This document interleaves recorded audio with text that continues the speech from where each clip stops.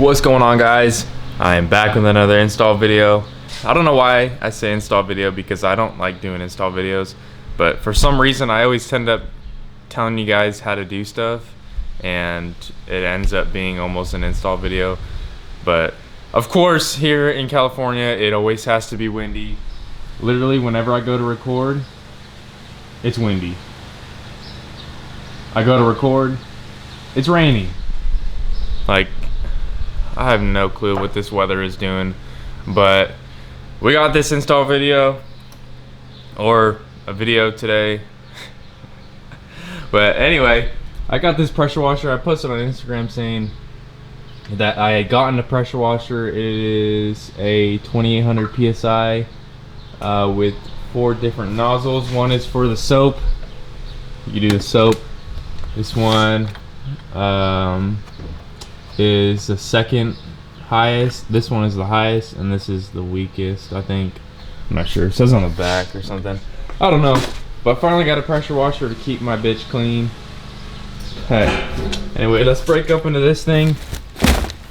And yeah, so this says it's not for sale in California, but I got it. Just dumped out the box. So this is a product from Sinister Diesel. They manufacture here right in Roseville, California, so that's pretty sick.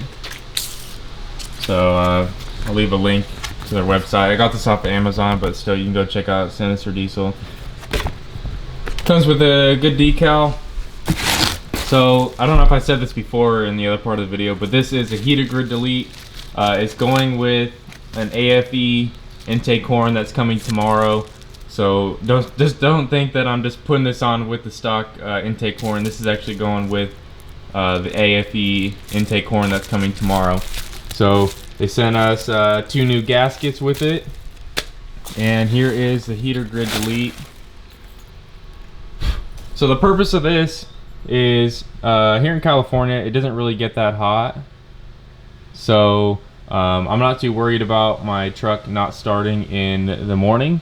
So what this heater grid delete is, on the stock heater grid there are coils that run back and forth. I'll show you guys on the stock one that I pull out, but there are coils that run back and forth that restrict airflow. So what this does, it takes it all out and it's just a hollow piece. So there it is. That is also another upgrade under $100. So if you're looking for maybe a little bit more airflow to go with an intake horn that is a little bit more expensive, this is about $80, I think. So there you go. Let's head right to the truck. I definitely did not give myself enough room on this side. Almost ran over the toolbox and ran over that Sinister Diesel box on accident. But I moved it in the garage because it is way too windy. Just being right here with the house blocking it, it's still like, I still get a lot of wind in here, but it'll be a lot better. So what you got first? I don't know what I did with the socket wrench that I just had, but these are some 10 mil bolts. You're just gonna take those out to pop this off. I'm not sure what I'm gonna be doing with all the heater grid wires. There was no directions in the box, so you know, we're gonna have to man this thing out. Men don't like using directions. I'm not using directions today. I don't know what I'm saying. Anyway, fuck. I'm gonna try to find this freaking socket wrench and get to taking these off. I don't know how I didn't notice that shit in my pocket, but I'm gonna get this chair because I don't feel like leaning over this shit. It's too early in the morning. It's like 1 o'clock right now, but I usually sleep until like 2:30, 3, and I went to bed at almost 8 today, so you know, I'm a little tired. So like I said, we're deleting this heater grid, and I have the AFE intake horn coming tomorrow. It's a little hard to get new intercooler pipes, bigger ones here in California, just because of the carb regulation. So I'm gonna try to find a website that will ship me new intercooler pipes. But for sure the next upgrade after these two will be a lift pump. I've been putting it off for so long because I don't want to spend like $800 on a lift pump, but I need to buy a lift pump. My fuel pressure, I'm not gonna lie, if I have my programmer on, I haven't had it on since I took the stock off, but if I have my tuner on, fuel pressure does not look good. So I've had my edge comp box off for about like 2 weeks now, so I'm good on fuel pressure for right now, but I'm not gonna put it on. I'm gonna run no tunes until I get that fast 150, because that fuel pressure does not look good with that tuner on. I'm gonna tell you right now. So yeah, and also for some reason I was driving my truck and I went over a bump and my radio stopped working. The head unit works, you know, you could change the channel, turn the volume up or whatever, but no speakers work. No sound comes out of any speaker. So if you guys know anything that has to do with radios, I'm not a freaking radio god, I don't know anything, but the head unit works, but no sound comes out. So if you guys know, let me know in the comments. If I go and take that whole dash apart, I'm gonna have to buy a new dash and a new dash bezel, because they are cracked. So anyway, yeah, we got that heater grid delete right here. It's gonna look pretty dope. I'm thinking about painting my valve cover something like this blue. I think that'll look pretty sick, just color match everything. Get this fucking red shit out of here, and then just color match everything, make it look pretty good. I also want to get an AFE intake, cold air intake, just to match AFE, get AFE. I don't know why, but I like AFE. They're a pretty good brand with a good reputation, so figure might as well get all the same parts in here and make it look good. So as you can see in there, that heater grid delete, it's got coils that run back and forth that heat up the air when you're going to try to start it. And then here is the heater grid delete. As you can see, it is hollow, hence the delete. So this one's about to go in. Got the new gaskets. These gaskets aren't bad, but you know, you always want to change out so you don't get any like boost leaks or stuff like that. I'm not sure what I'm going to be doing with these wires. I have to look it up, because there's a ground wire right here, which that could just go with the heater grid, but then there's two other wires that are the power wires that actually control the heater grid. So those run somewhere back here behind this intake horn, but then it comes back here and it goes into a bunch of stuff. So I'm gonna have to check out where to put these heater grid wires. I'm gonna check it out right now once I take everything off. And I know people are probably gonna say, oh, why are you doing this today? You gotta take it all off tomorrow. But this is pretty easy to do, so I don't really care about taking it off again.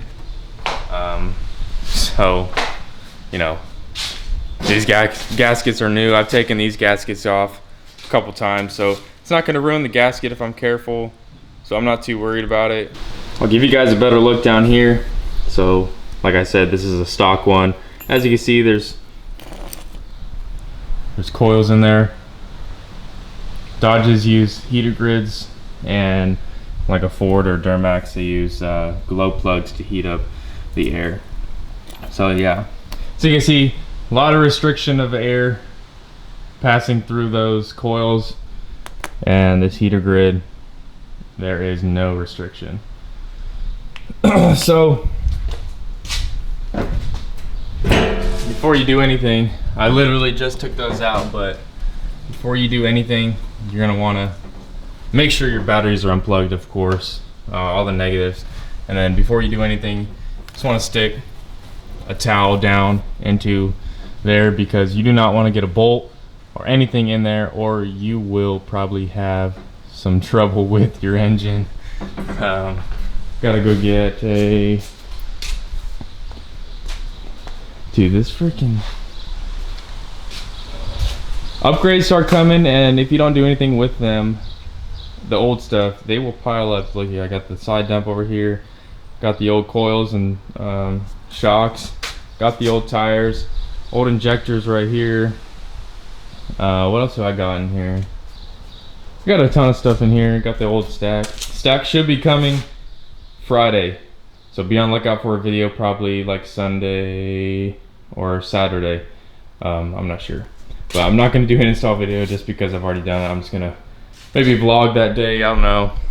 But yeah, I need to find some frickety fracks to get this cable tie off. If it would focus. And it's not focusing. There we go.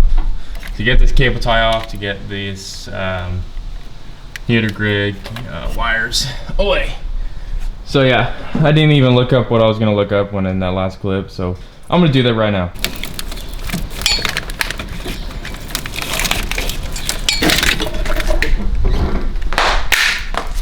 See, all out with the old. These are the old gaskets. Yeah, that's the wire. These two go to the heater grid, and these go to the solenoid down in there.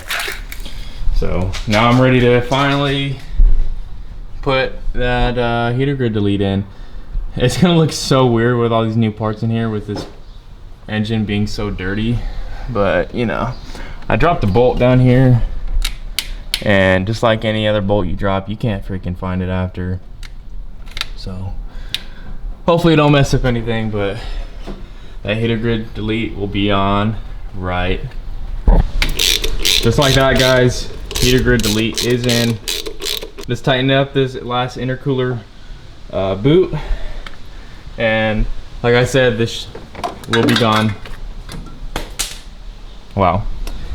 This stock intake horn should be gone tomorrow, but there it is. I don't know if you guys can see it. It's kind of low light in here, but the block has indentations for the injector lines, so you're not going to rub the injector lines on this side or this side. It has an indentation just to be sure, and then it has the Sensor Diesel logo on that side.